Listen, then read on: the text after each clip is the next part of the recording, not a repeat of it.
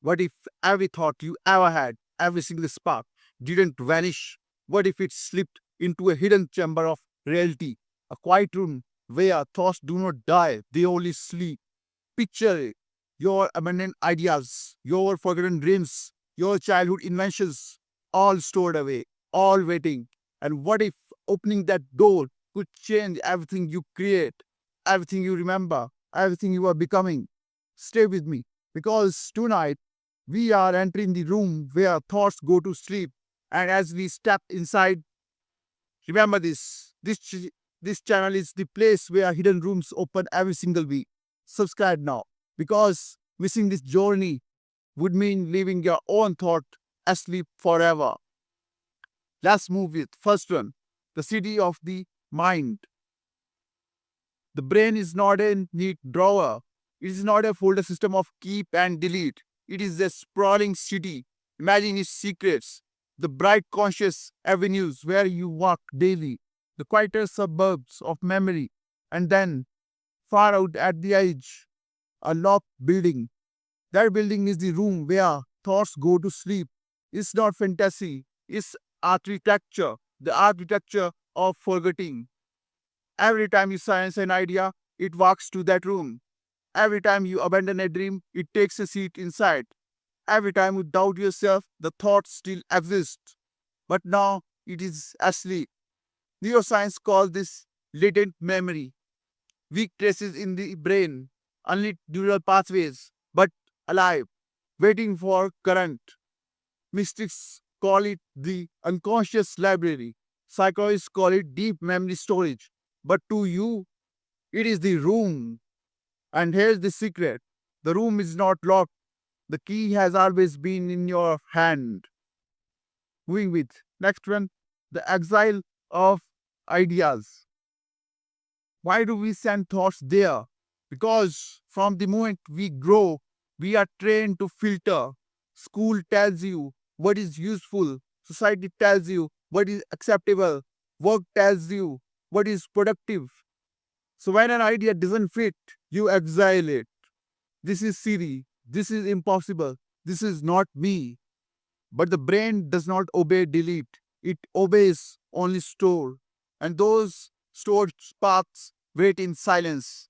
They whisper in dreams, they flash as deja vu, they return when your guard drops. Einstein described retrieving flashes. Tesla claimed ideas struck fully formed. Da Vinci filled thousands of pages with abandoned sketches. Perhaps they weren't inventing from nothing. Perhaps they were retrieving from their rooms. The tragedy, most people never visit. They exile and exile until the room is overflowing. The miracle, you can enter anytime. Going with next one, the ocean of sleeping sparks. Now imagine stepping inside. The room is not empty, it is vast, an ocean. Look around. You see business plans, heartsome songs, the sketches of art you never finished, childhood fantasies you once dismissed. They are still alive. They are still glowing faintly, like fireflies in jars, like books waiting to be read. This is why you never truly run out of ideas. The ocean is already filled. It is not about creating more, it is about remembering more. And every spark you thought you lost is simply sleeping. It is waiting for you to wake it. This is the truth. Creative masters know that originality is not invention, it is retrieval.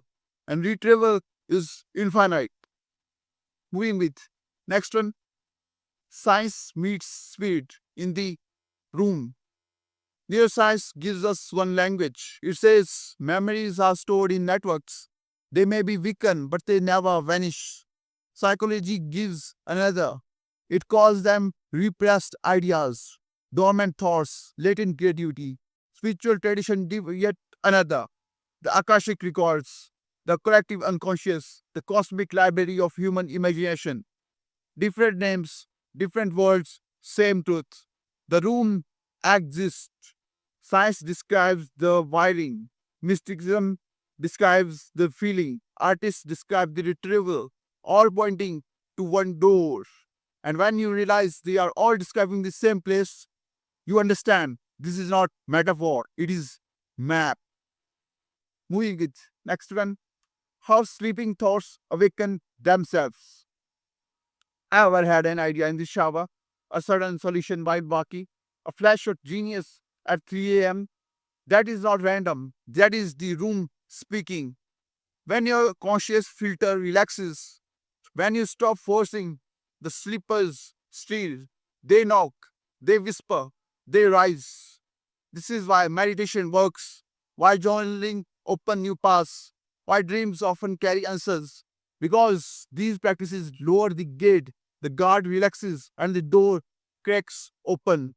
The room never sleeps forever, it waits, and the moment you allow space, it begins to breathe again.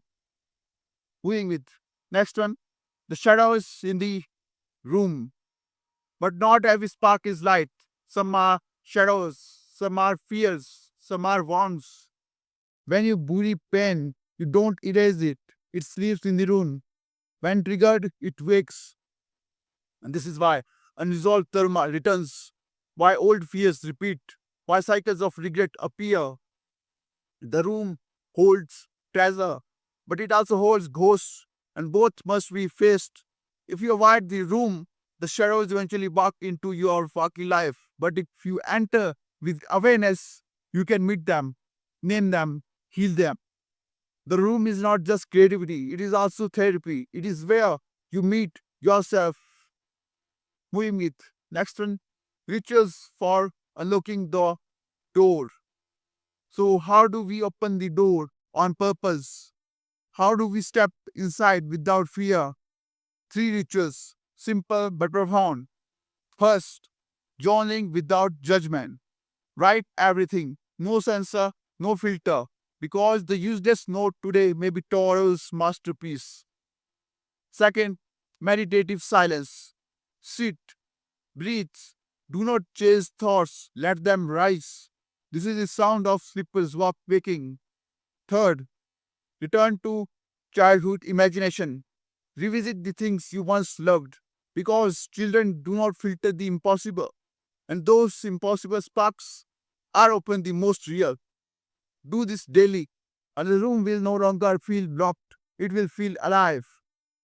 Moving with next one, the AI thought room. Now look outward. Machines are already entering our rooms. Artificial intelligence is trained on abundant data, old blogs, forgotten code, discarded songs. AI is awakening human sleepers, ideas we left behind, dreams we never finished. So the question becomes urgent. Will you reclaim your room before the machines do? Or will AI awaken your ideas before you ever return? The room is not only personal, it is cultural. And today, machines are walking through its corridors. With next one, walking back to yourself. And now we return to you, to your door, to your room, because everything you will ever create already exists inside. Every dream, every invention, every story. The future is not about becoming more, it is about remembering more. So tonight, when you close your eyes, imagine the hallway, imagine the door, turn the key and step in, because your masterpiece is waiting, not lost, not gone, just sleeping. Moving with next one, closing the door, opening the channel. The room where thoughts go to sleep is the room of your infinite self. And tonight, you touched its door, you felt its weight, you saw its light. But do not let this be the last time. Return again and again. Wake what is sleeping, heal what is hidden, create what is waiting. And if you want to keep walking deeper, stay with me here, because every week we open another hidden door, another unseen room, another piece of mind the world told you to ignore. Subscribe now, not as a button press, but as a vow that you will not let your own thoughts die sleeping, a vow that you will return to the room, because the greatest idea of your life might already be in there, waiting for you to wake it.